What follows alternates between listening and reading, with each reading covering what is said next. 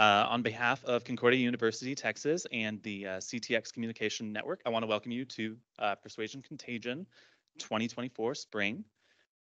This event is held to recognize the persuasion skills of some of our best student speakers on campus. All of them have worked really hard to get here. They come from a variety of majors, and they spoke on topics of their choosing. So you're going to listen to the 5 finalists today. I can tell you now, you guys are in for a treat. Looking over at their slides, really cool stuff. So yeah, it's gonna be a good time. Out in the audience, we have some community judges who have agreed to select today's winners, and we're going to get to know more about them later today.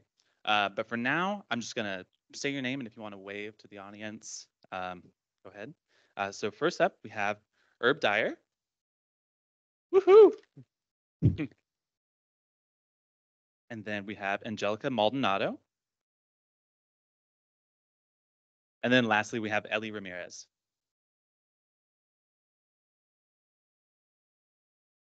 Before we get started, I do want to plug the communication network real quick. We have the social media on it's Instagram, it's Com Network, 2 M's. We post about events like this. There's a fundraiser later today I'm going to plug while the judges are tallying the results. But go ahead and give it a follow. You'll see more cool events like this. I forgot to move over to the judges, but these are our lovely judges. And I know you are just as eager to hear the students speak as I am. So I'm going to pass it off without further ado to Gabby O'Donnell. Boy. Gotta make sure this works. All right, cool. Morning. So, as college students, we have a lot of hills that we would probably die on that are completely inconsequential. Sports teams that we like or dislike, celebrities that we think are fantastic or completely overrated. What genre of stock images is the best, which is mainly a me thing. But that's probably the first hill, or the second that I would die on, first that I'm bringing up in this presentation. The first and most important of which being my hatred of this bench. The Camden bench, to be specific. This despicable piece of urban planning, words cannot express how much I despise this thing. Not only does it look like some rejected sci-fi dystopian set piece in the schematics a little bit behind there, but it doesn't even function as a bench. This won an award for innovative design. Do any of these people look comfortable? Do any of them look happy? No. And frankly, I'm not either. That being said, I did lie to you at the beginning of this presentation. I did say that these are a lot of inconsequential hills that we die on, but the Camden bench and my subsequent hatred of it is not very inconsequential because I hate it for what it represents. As a broader trend in urban planning and architecture, the Camden bench is a perfect example of a trend known as hostile architecture or defensive architecture, seen a lot in urban cities like Austin, and primarily seen for keeping homeless populations out of areas, harming and actively targeting certain communities and disadvantaging many others who are in their way. So I've been very interested in this topic for about 3 to 4 years now, which makes me probably a fairly decent person to go and show you how hostile architecture exists today, now what people are doing about it, and wow, how you as a common person can help, which we need these things to rhyme. When it comes to how hostile architecture exists today, we can see it in 2 specific ways, the first of which being physical hostility. It can be seen in very subtle ways, such as an armrest in the middle of a bench to prevent people from laying down, or a little more less subtle ways, such as literal spikes on the ground. It can also be seen in the absence of physical structures, such as clearing open spaces and making it more visible, so that way people can go and see other people and hold them accountable in case they think that they're doing something incorrect in that area. Jessica Annan, a sociological researcher, says that the main purpose of these structures is to say that you can be here, but only momentarily. And we can see this as well psychologically, which you may be wondering why there's an image of baby shark on the screen. And this is because in Florida, there actually was a park that would play Baby Shark on repeat over speakers so that way people would stay out of the area at night. As ridiculous as it sounds, this is one of the many psychological ways, although more overtly, that areas and these architects are hostile towards populations within them, using things such as mosquito frequencies to keep people under 25 out of certain areas or loitering, or signs like "smile, you're on camera" to remind people that they are being watched constantly, forcing them to change their behavior to follow suit. Essentially, they focus on a shutting down engagement with objects in a space in a particular manner, which is the entire point of this kind of architecture. So, what are people doing about hostile architecture now?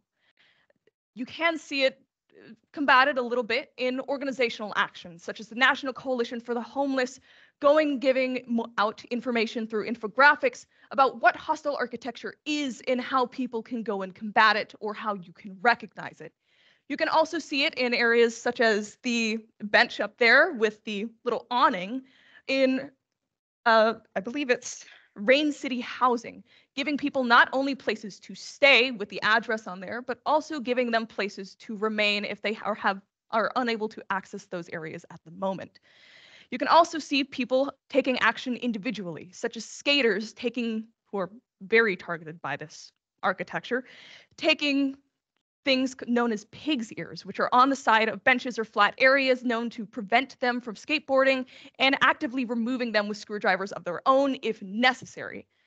Now, it does seem drastic, and I can go and say that defensive architecture is necessary. It is defensive in a manner. However, the way that hostile architecture is being used at the moment is to shut down as many people as possible. You can sustainably go and divert people away from certain areas or promote certain behaviors. However, the approach that is being taken is an all or nothing approach that not only shuts down public areas such as parks, urban squares or city squares to go and prevent people from socializing and gathering in these areas, but also just shuts down everybody in particular, taking away the point of these spaces in the first place. So, wow, what can you do about this admittedly kind of dystopian subject? Well, first of all, you can make yourself aware. You can use some of the information that has been provided to you, such as the National Coalition for the Homeless's infographics that I mentioned earlier in this presentation. By allowing yourself to know what this kind of architecture looks like and how it is presented in certain areas, you can see just how these spaces are organized and think a lot more critically about them around you, which you can use that information to make other people aware. You can post about it on social media through things like the Designs Against Humanity, which collects a gallery of these images, or you can post just generally on your own media feeds, such as an instance in 2014 where a woman in London went and posted an image of spikes, which sparked outrage among her community, causing lawmakers to remove them entirely, making the area a lot more sustainable and a lot better for human life overall. So when it comes to hills that we can die on, the Camden bench is hopefully one that we will not have to completely pass away in its presence. But hopefully, by having this knowledge with us, we can use this to make more sustainable alternatives and think more critically about the spaces that we exist in, so that way we don't have to die completely on these hills before we come back down to the other side. Thank you.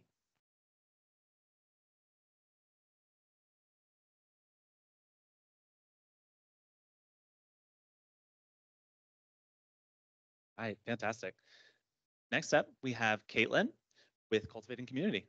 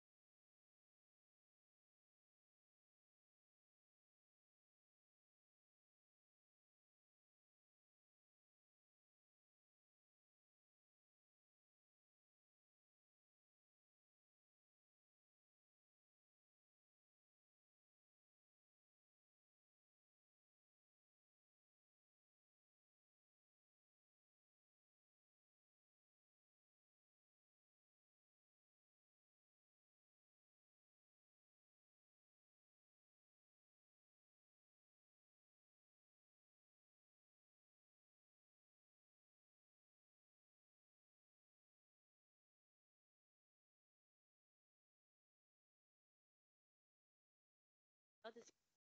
Does that work? Sorry, technical difficulties. Um, as mentioned, my name is Caitlin, and if you look at the screen, you can see a little bit of, I guess, my life here at Concordia for the past 3.5 years.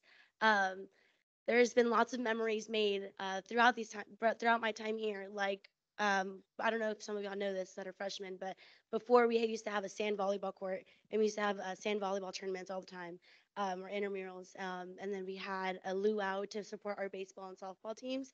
And then this week we're currently having our Nature Week. So how many of us have attended a Nature Week event quite yet? Okay, I have a couple of us. How many of us went to the eclipse watch party the other day? It's very interesting. Okay. But there's so many things that you can do on campus that you have the opportunity to do because we have such a unique backyard.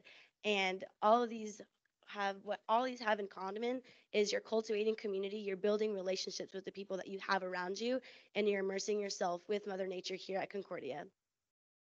So today I'm going to be talking about all the opportunities that you currently have that you can take advantage of and that are currently in your back pocket. Um, and so I hinted at it earlier. So Concordia is very unique. So the reason I chose Concordia is not only because it's close to home, so I live about 40 minutes from here, or because of the small classes that we have, but it's because out of all the universities that are currently in Austin, like again, versus like St. Edward's and UT, is that we have such a unique campus when we have our preserve just a couple steps away from us, and we have lots of opportunities to go in there and really explore them. And throughout my time here, I've experienced that we don't really take advantage of this enough, as much as we should.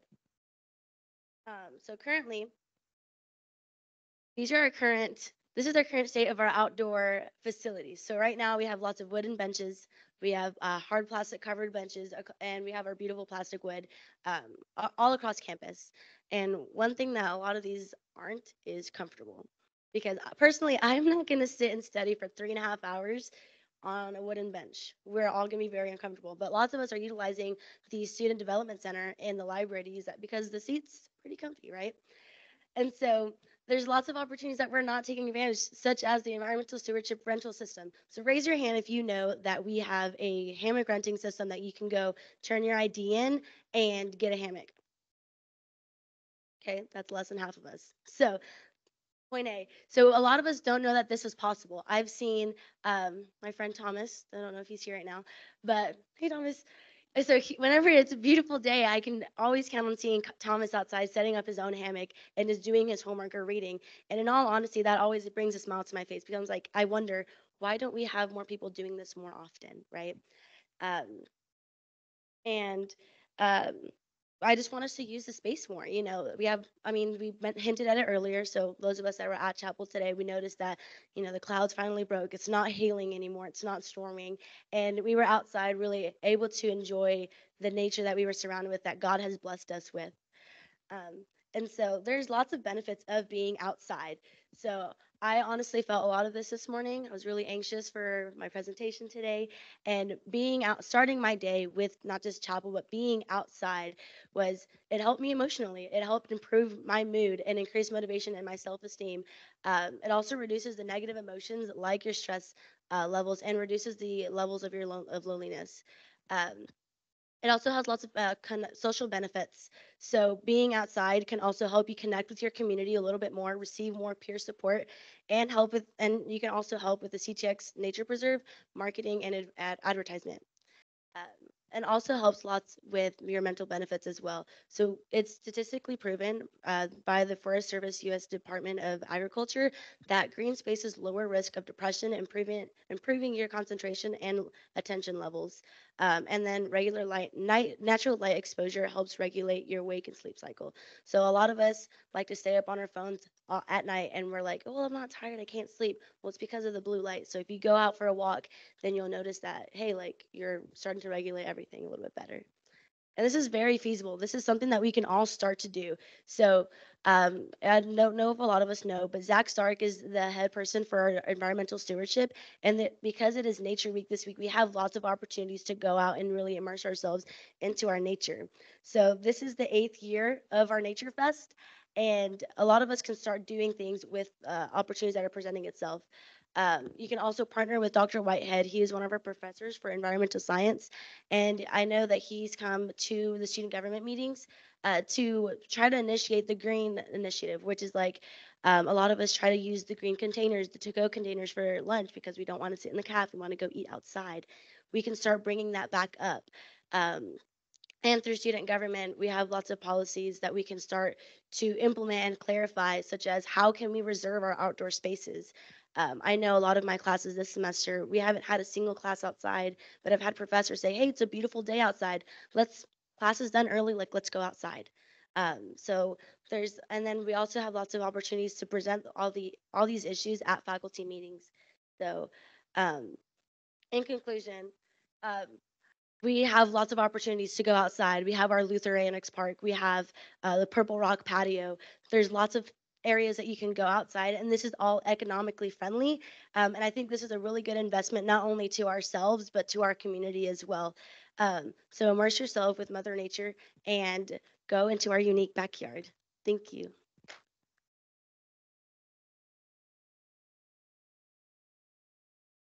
All right. Great job. Thank you very much. Can I see the clicker real quick? Thank you. There's your thank you slide. All right. And next up is Krista Berg with Power of Foreign Language. This one, right? Oh, okay. Was not expecting it to actually work. Oh, thank you.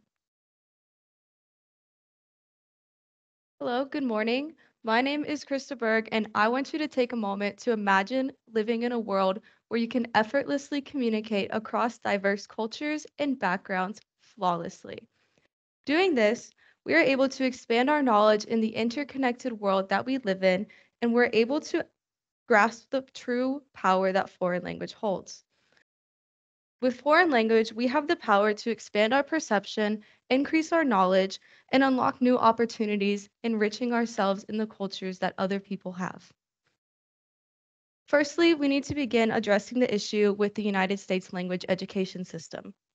It's crucial to know that the problem hindering bilingual populations in the United States are the educational disparities that we face nationwide.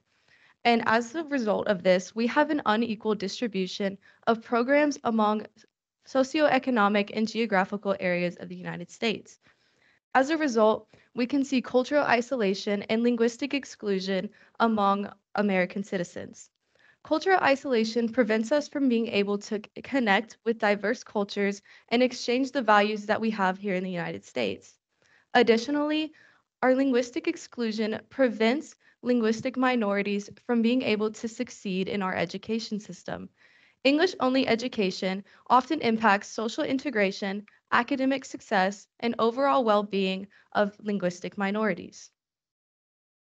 Now, there are a number of reasons why people choose to pursue learning a foreign language.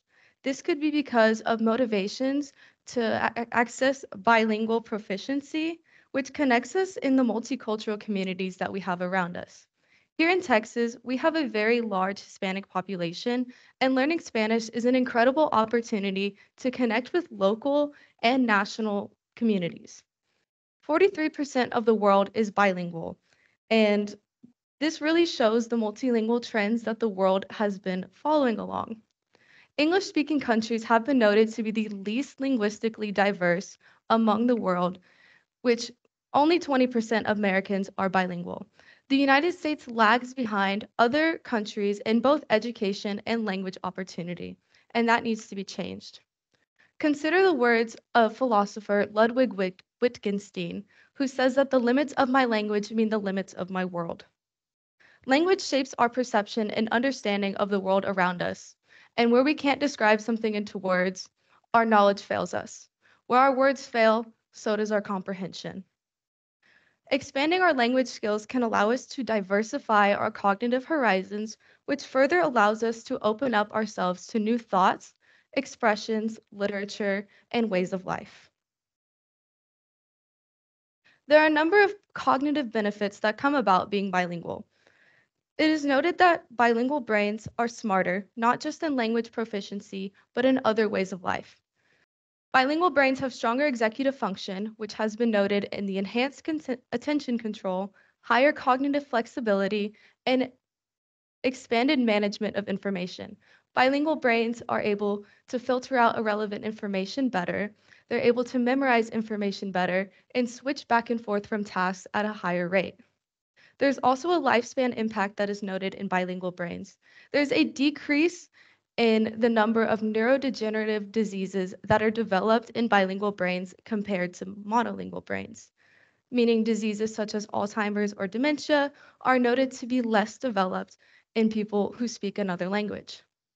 It is also noted that there are superior performance notations based on people who are bilingual compared to monolingual when they're completing cognitive tasks in old age. And as a result, bilingual brains are considered to be smarter, both in executive function and long-term impact. There's also economic impact that comes from being bilingual. It is noted that bilingual people have increased pay in their careers. In Florida, bilingual people earn $7,000 more per year, which adds up to about 5 to 10% more pay in their entire lifetime.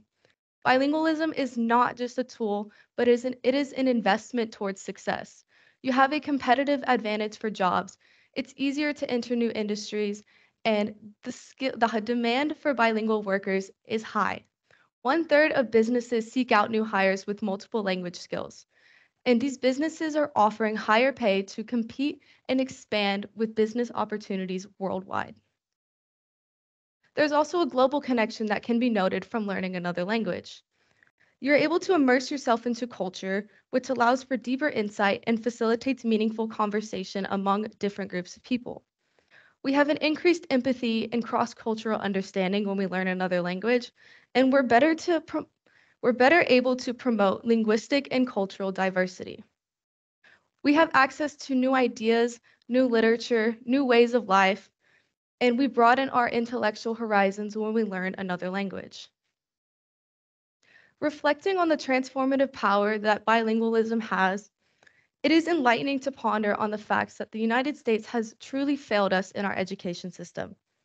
We have failed to prioritize linguistic diversity, which has led us to linguistically exclude other cultures and isolate ourselves from the remainder of the world.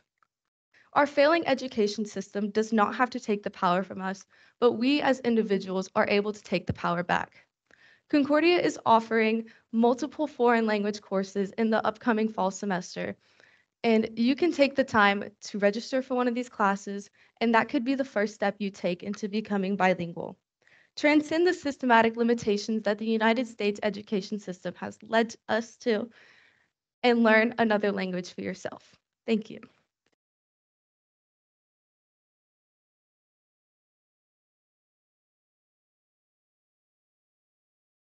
All right, great job. Here, can I see the clicker real quick? Thank you. All right, so next up we have Cassidy Billingsley with social media and mental health.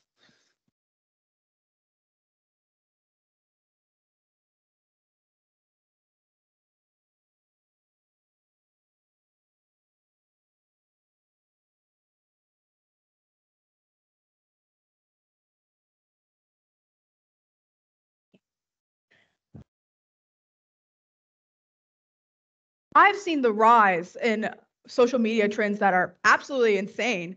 I mean, we've seen them all. There's so many social media apps online that it's impossible to escape. But one thing that worries me is the fact that there are very many negative consequences to social media. I've seen kids as young as 8 online. That's insane to me because I'm 18. I haven't been 8 in 10 years. So I couldn't imagine how that is. But there's things that we need to recognize, problems that we need to discuss, such as self-esteem as it relates to social comparison and social media addiction. In a 2022 study, Does Social Media Impact Young Adult Mental Health? Adotamaid and colleagues state that social comparison is a usual part of adolescent and young adult identity development. However, it can lead to feelings of inadequacy and depression. As we know, depression is a big problem in today's society. It affects everybody. It can affect you. It can affect me. It can affect, say, your parents, your younger sister, anyone.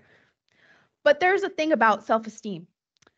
In another study, a 2020 study called Psychiatrist's Perspective on Social Media Algorithms and Mental Health, Vasson states, when presented with curated feeds of other people, we are vulnerable to frequent and extreme upward social comparison. The thing about that is when you compare yourself to others and you either take yourself down or you take others down. Vasson goes on to later state in the same article that some people try to cope with this eroded self-esteem by attacking others' sense of self. This is a chart about cyberbullying and school bullying victimization. That red line is school bullying victimization. It's gone down and plateaued, but that blue line slowly going up. That's cyberbullying. I personally, when I was younger, had a case where somebody who I thought was a friend said something online, and that's still stuck with me 8 years later. That's how powerful bullying can be. Now, parents often say, you're always on that phone, but social media addiction is a real problem. You don't want to be chained to your phone like this guy. In a 2023 study, Social Media Mental Health in Students, a cross-sectional study during the COVID-19 pandemic, Nazari and colleagues state that since social media has become more and more vital to the social lives of university students during the pandemic, students may be at an increased risk of social media addiction. Now, you may be asking, how can you get addicted to social media? It's just social media, the same way you can get addicted to sleep or caffeine. In the same article, they go on to later state that excessive use of social media, called problematic use, has symptoms similar to addiction, which is very, very harmful to anybody because that can lead to further feelings of depression and inadequacy because you're constantly looking at it. You're constantly seeing it. But how do we fix the problem of social media addiction and self-esteem issues? Well, social media content moderation is an example. It's a benefit. You can see it. But some people don't agree with social media content moderation.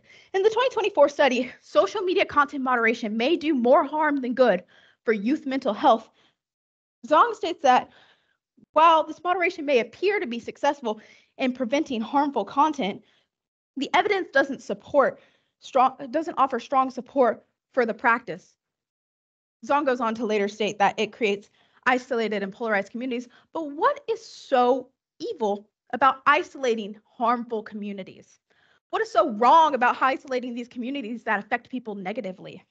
In that 2022 article, they go on to later state, however, participants reported Instagram as being more harmful, particularly when exposed to idealized perfection of others. Instagram enabled the participants negative self-perception, negative self-esteem and body image, unrealistic expectations, and presenting others' lives and bodies as perfect.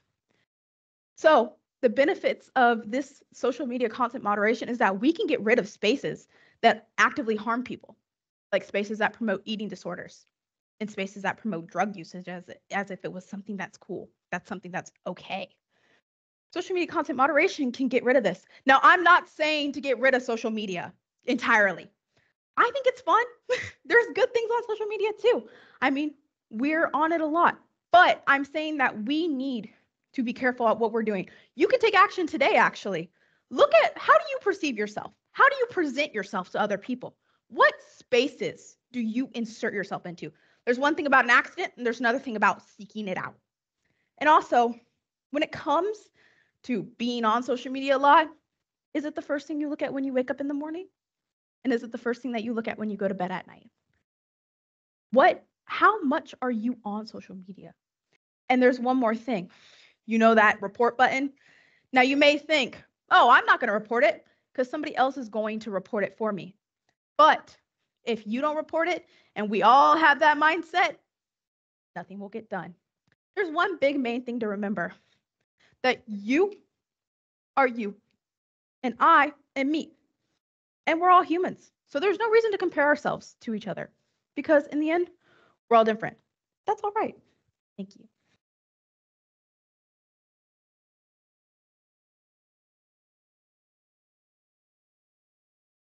All right, thank you so much. For our last speaker, we have Jasmine, who is talking about rethinking spaces. Are you ready?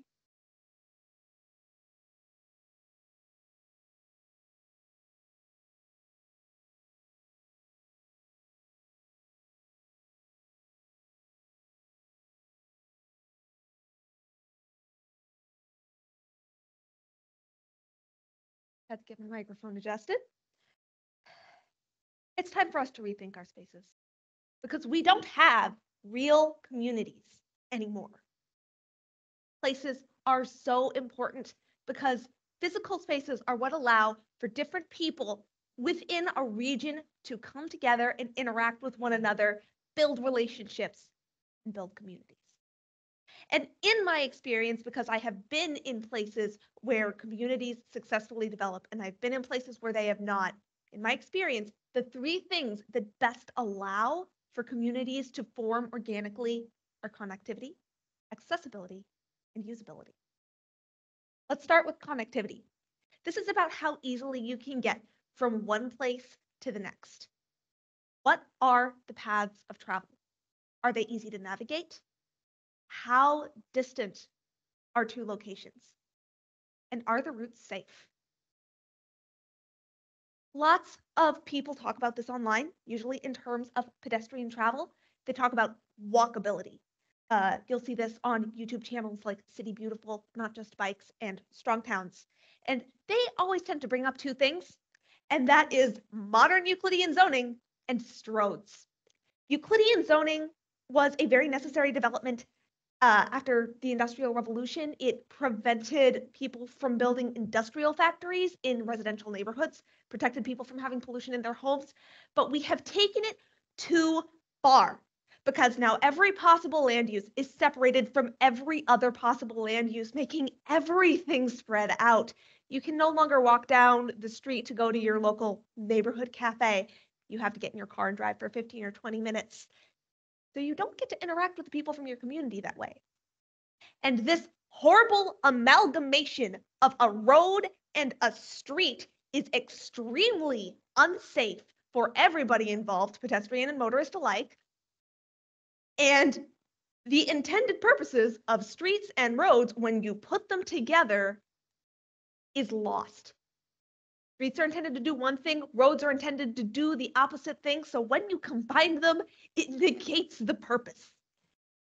While we're on the topic of intended function, or nope, went too fast. I'm sorry. Let's talk about accessibility next. Entrances are important. There's no point in getting from one place to the next if when you get there you can't access what you went there to access.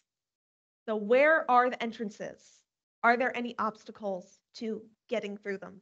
Are the doors too heavy? Do buttons work if you're disabled? I'm disabled. I'm a part-time wheelchair user. How much energy does it take to get inside? Because when things take more energy, people tend not to want to do them unless it's strictly necessary. Now we're at usability. What is the intended function of a space, and does the design of that space allow for that function? I like to think about this in terms of ambiance and environment. Ambiance is sort of your temperature, what's the feel, and the environment is more physical. What's the layout of a space? How does energy move within a cohesive space? Let's look at some examples on our campus. This is that platform, I'm sure you've all been there, that exits out from that bridge onto the canyon. It also happens to be the platform where the disability accessible ramp exits onto, and that is a problem because none of these roads leading to classrooms or the cafeteria is ADA accessible. These slopes are in excess of the ADA accessible limit by anywhere from 2 degrees to 8. That's insane. So these paths, although they exist, and although they're fairly easy to navigate, are not safe. Accessibility. I love that little deck behind the cafeteria. It's a wonderful place to study. It's shaded when it's hot, so it's a really nice place to be. But if I'm there in the morning and then I decide to go inside for lunch, I can't because the button to open that door often doesn't work. And even when it does, the door is usually locked. I can go around to the side doors, but that takes up a lot of my energy to the point where I don't use that deck as much as I would like to. And then usability. This is the student center. This is a place I use a lot. This is a place a lot of us use a lot. And it is both used and advertised as a place where you can socialize and a place where you can study. And unfortunately, it does not work for either of those functions. The three words I would best use to describe this room are loud, cold, and isolating. How do we fix it? Well, for connectivity and accessibility, it's pretty straightforward. Make sure entrances work, make sure paths of travel are safe and easy to navigate. But how do you approach this? And why is it important? Well, I would argue that the fact that Gabby and Caitlin both touched on it in their presentation highlights how important it is. And the way that we do it is by making sure energy can flow and that things are so that they can absorb sound, something maybe a little bit more like this. There are different sections of this room, but it's light, it's airy, it's open, and the spaces are clearly defined, but still very cohesive. As students, we pay to come and study at this school, and our spaces need to set us up for success. So in order to make that happen, we need to start talking about it. Talk about it with your classmates, with your teachers, and if you can manage to, with administrators, and we can make a change.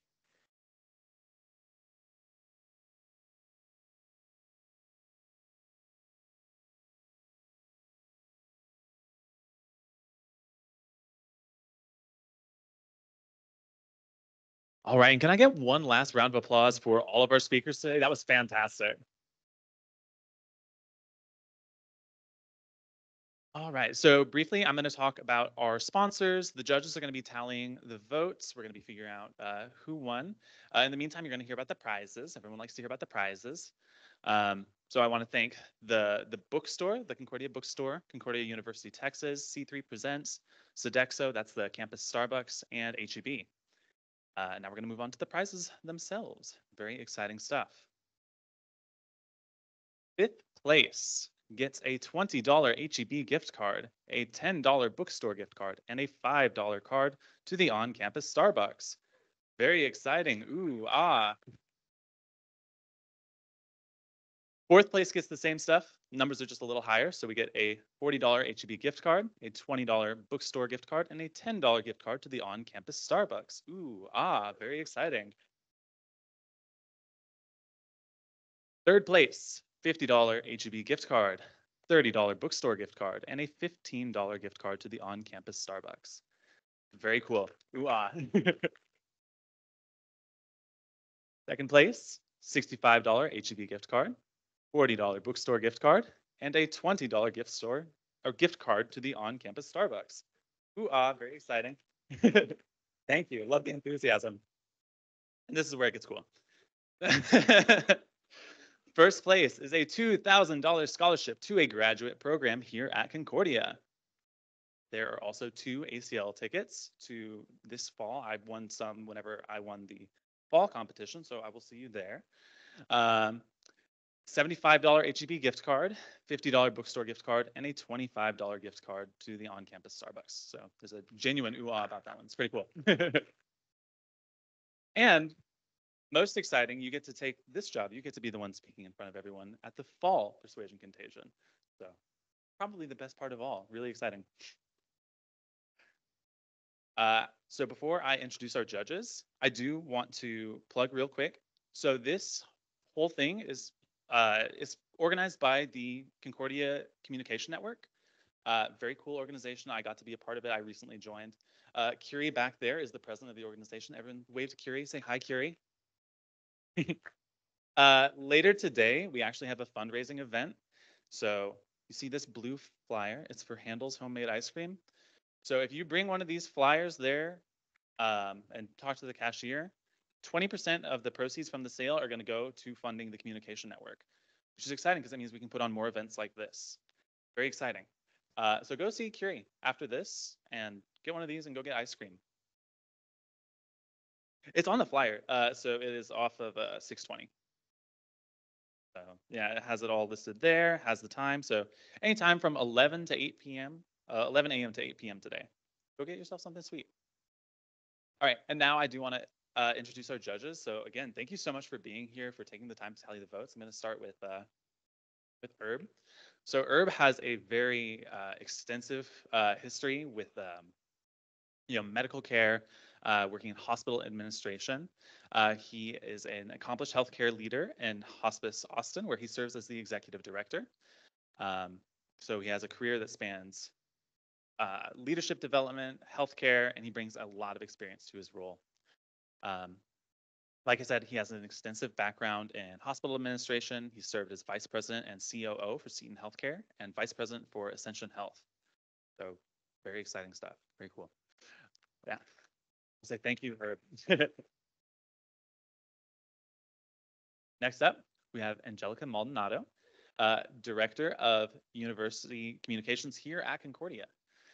She leads communication strategies here for the university with a background in public relations and experience working with Central Texas businesses, nonprofits, and educational institutions. Curie's passing out little goodie bags to all the judges right now. Thank you, Curie.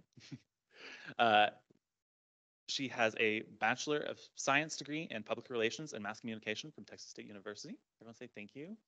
Thank you. Everyone clap. And then last up, we have Ellie Ramirez, who is a Concordia University alumni, the 2023 Communication Student of the Year recipient, and former vice president of the Communication Network.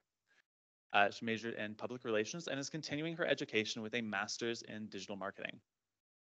She is employed with a local nonprofit organization, TML IRP, and is the IT administrative coordinator there. She uses her PR knowledge and works closely with the IT and communication department to prepare safety strategies to better assist the members that the organization caters to.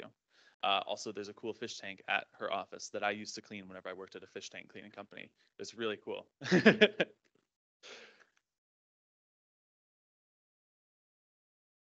All right. So I think they are still tallying the votes. Y'all probably don't want to hear me practice my stand-up. So how about this weather lately? Crazy stuff. Y'all get hail? Anyone get hail? Raise your hand if you got hail yesterday.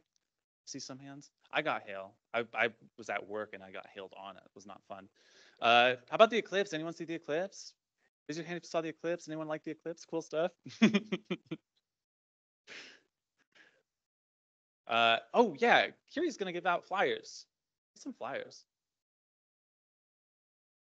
Yeah, get ice cream. You want ice cream. You want to give the communication network money.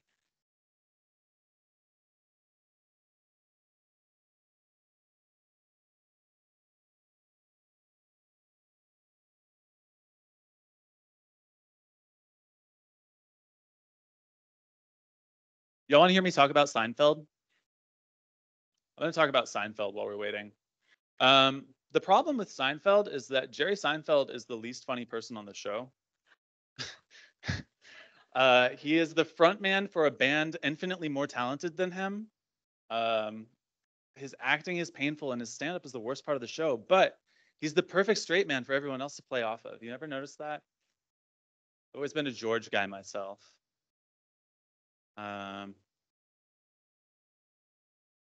Yeah, Kramer is fantastic. Yeah. And Elaine, every time she does anything, I can't take my eyes away. So funny. Yeah, Jerry's kind of painful to watch sometimes, to be honest. I love how every episode starts with a bit of his stand-up. I don't know why.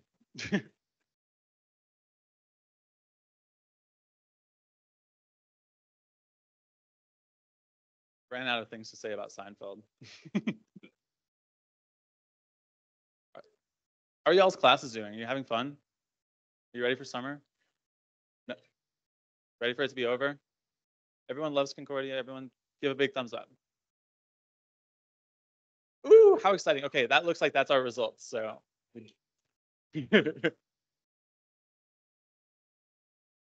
had to talk about Seinfeld, sorry. Okay, so Dr. Weisgerber, 1 second. So start fifth place. Oh, you're good. All right, everyone, if I can bring your attention back real quick, I thank you for your patience. We are going to announce the order that people place, so this is genuinely really exciting. So, in 5th place, we have Caitlin. Congratulations.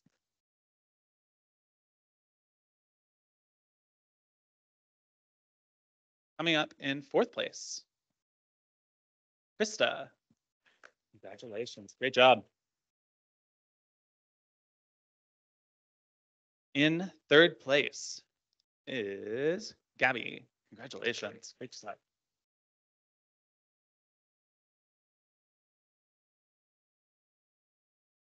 Getting a little tense. I can like hold the room here. 2nd place, we have Cassidy. Great job.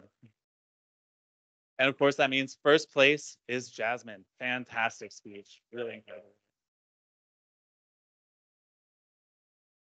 So I'm going to ask that you all stick around afterwards. If you all and the judges, we're going to take some pictures after. It's going to be good stuff.